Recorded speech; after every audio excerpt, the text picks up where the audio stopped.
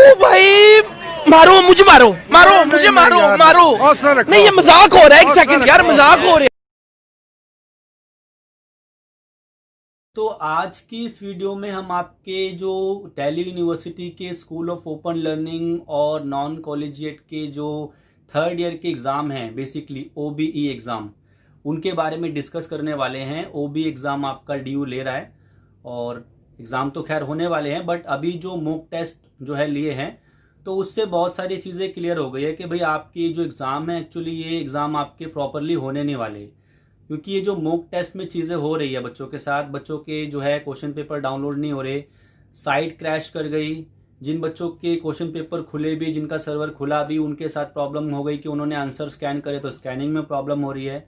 तो इतनी सारी चीज़ें जब बच्चों के साथ हो रही है तो मुझे नहीं लगता कि भाई ये जो आपके ओबी एग्ज़ाम हैं ये ठीक तरह से कंडक्ट हो पाएंगे, क्योंकि ये जो आपने मॉक टेस्ट अभी दिए ये एक तरह से आपका ट्रेलर था कि आपका जो फाइनल एग्ज़ाम होगा वो कैसा होने वाला है। तो भाई जब आप फर्स्ट ईयर और सेकंड ईयर के स्टूडेंट्स को असाइनमेंट के बेसिस पे क्लियर कर रहे हो, प्रमोट कर रहे हो, तो आपको थर्ड ईयर के स्टूडेंट्स के साथ भी ऐसा ही करना चाहिए था। हालांकि फर्स्ट और सेकंड ईयर के स्टूडेंट्स के साथ भी बहुत प्रॉब्लम आ रही है, वो अपने असाइनमेंट्स जब अपलोड कर रहे हैं तो असाइनमेंट अपलोड नहीं हो रहे हैं, क्वेश्चन पेपर नहीं मिल रहे हैं, वगैरह वगैरह। लेकिन भाई आप थर्ड ईयर के बच्चों के एग्ज़ाम कैसे लोगे? आपके पास इतने सारे ऑप्शन थे, आपको एक प्रॉपर टाइम मिला 2 से 3 महीने का सिस्टम को डेवलप करने के लिए, और अब आपने मॉक टेस्ट जब लिए तो बच्चों के सामने इतनी सारी प्रॉब्लम आ रही है और अभी 2-4 दिन बाद से जो है एग्ज़ाम स्टार्ट हो जाएंगे। तो ये तो सर्टेन है कि भाई एग्ज़ाम आपके जो है ऑनलाइन बेसिस पे जो एग्ज़ाम होते हैं एसएससी के या यूपीएससी के, ये उससे अलग होने वाले हैं। यहाँ पे आपको बहुत सारे प्रॉब्लम होने वाली है। अब होगा क्या, मतलब बहुत सारे बच्चों के जब एग्ज़ाम इस तरह से होंगे, बहुत सारे बच्चों को प्रॉब्लम आएगी, तो सिंपल सी चीज़ ये है कि भाई कोर्ट में इसका जो है एक पिटीशन फाइल करेंगे। अब इतने सारे बच्चों को प्रॉब्लम हुई जिसमें उनकी गलती नहीं थी। गलती किसकी थी? डीयू एडमिनिस्ट्रेशन की, कि उन्होंने एक प्रॉपर सिस्टम नहीं दिया।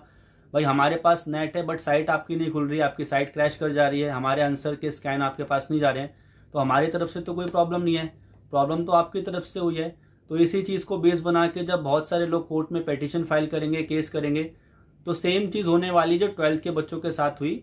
अल्टीमेटली जो है एचआरडी ने ये डिसाइड करा कि भाई आप जो है प्रमोट कर दीजिए। सुप्रीम कोर्ट ने एचआरडी मिनिस्टर को बोला, मिनिस्ट्री को बोला कि भाई आप 12th के एग्जाम मत लीजिए, बच्चों को पास कर दीजिए।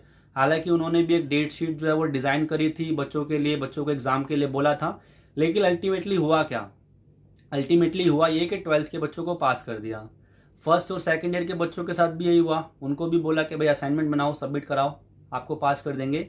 और at the and third year के स्टूडेंट्स के साथ ही यही होने के चांस हैं, क्योंकि जिस तरह से साइट ने जो है, जैसे ही मॉक टेस्ट स्टार्ट हुए, जिस तरह से साइट क्रैश हुई, तो उससे पता चल गया कि भाई आपके जो ओबी एग्ज़ाम है वो मतलब सक्सेसफुल नहीं होने वाले। बहुत कम चांसेस हैं कि आपके ओबी एग्ज़ाम सक्सेसफुल हो जाएं। तो इसका सारा का सारा जो श्रेय है वो हमारे वीसी सर को जाता है और डीयू एडमिनिस्ट्रेशन को जाता है। कहने के लिए प्रॉपर एक यूनिवर्सिटी है, हम अपने आप को रैंक करते हैं इतनी बड़ी यूनिवर्सिटी है, वगैरह वगैरह, लेकिन आपको इतना टाइम मिला, 2 से 3 महीने का टाइम मिला, और आप एक ऑनलाइन एग्ज़ाम लेने के लिए सिस्टम डेवलप नहीं कर पाए, बच्चों को इतनी सारी प्रॉब्लम्स आ रही है। तो अल्टीमेटली भाई ये तो मतलब बहुत बच्चों के साथ नाइंसाफ़ी हो रही है जो फाइनल ईयर के स्टूडेंट्स हैं। तो करना ये चाहिए था कि भाई या तो आप उनको भी जो है असाइनमेंट के बेसिस पे प्रमोट कर देते, या फिर आपको ओपन बुक एग्ज़ाम लेने ही थे तो भाई एक सिस्टम तो बना के देते कम से कम उनको, ऐसा कि भाई वो बिना किसी प्रॉब्लम के, बिना किसी झमेले के अपने एग्ज़ाम दे सके। तो मॉक टेस्ट में जिन बच्चों ने मॉक टेस्ट दिए हैं उनको एक्सपीरियंस मिला होगा, तो कुछ बच्चों को तो मतलब चीज़ें ठीक तरह से हो गई, उनकी किस्मत अच्छी थी कि भाई उनको प्रॉपरली सारी चीज़ें हो गई। लेकिन बहुत सारे बच्चों के साथ प्रॉब्लम आई, साइट क्रैश कर गई, स्कैनिंग में प्रॉब्लम आई, स्कैनिंग करने के बाद अपलोडिंग में प्रॉब्लम आई। और ये बात तो मानना पड़ेगा कि भाई हमारे यहाँ पर अभी भी ऐसा कोई प्रॉपर सिस्टम नहीं है जिससे हम ऑनलाइन एग्ज़ाम दे सकें, ठीक है। ये सारी चीज़ें हमने जो है अभी हाल ही में जो है अफरा तफरी में चीज़ें स्टार्ट कर दी, जबकि हमारे पास ऐसा कोई सिस्टम था नहीं। तो आपके क्या व्यू हैं कि भाई ओबी एग्ज़ाम को कैंसिल किया जाना चाहिए और बच्चों को प्रमोट किया जाना चाहिए जैसे फर्स्ट ईयर और सेकंड ईयर के बच्चों को किया जा रहा है, या फिर ओबी एग्ज़ाम के थ्रू हमें चलना चाहिए? क्योंकि अभी आप देखेंगे कि फ्यूचर में जो है इससे रिलेटेड भी बहुत सारी चीज़ें कोर्ट में जाने वाली है, क्योंकि बहुत सारी प्रॉब्लम्स आ रही है। तो मे भी ऐसा हो सकता है कि कोर्ट में इसके जो है खिलाफ पिटीशन फाइल की जाए, PIL फाइल की जाए।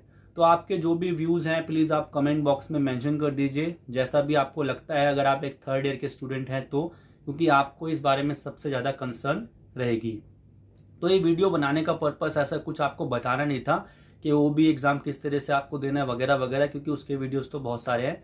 ये वीडियो तो मैंने जस्ट अपने व्यूज़ एक्सप्रेस करने के लिए बताया, जो मेरे को लग रहा था कि भाई थर्ड ईयर के स्टूडेंट्स के साथ कितनी जो है इनजस्टिस DU एडमिनिस्ट्रेशन और जो है अथॉरिटीज़ कर रहे हैं। क्योंकि एग्ज़ाम अगर आपको लेने हैं तो ठीक से लीजिए, वरना आप जो है डायरेक्ट प्रमोशन कीजिए, क्योंकि अल्टीमेटली भी वही होने वाला है। तो आप अपने व्यूज़ को कमेंट बॉक्स में एक्सप्रेस कीजिए, चैनल को सब्सक्राइब कर लीजिए। और अभी के लिए तो इतना ही, बाकी देखते हैं कि DU की तरफ से आगे क्या निकल कर आता है, बच्चों को प्रमोट किया जाता है जैसा कि हम चाहते हैं, या फिर जो भी चल रहा है वो वैसे ही चलता है। तो चलिए देखते हैं कैसा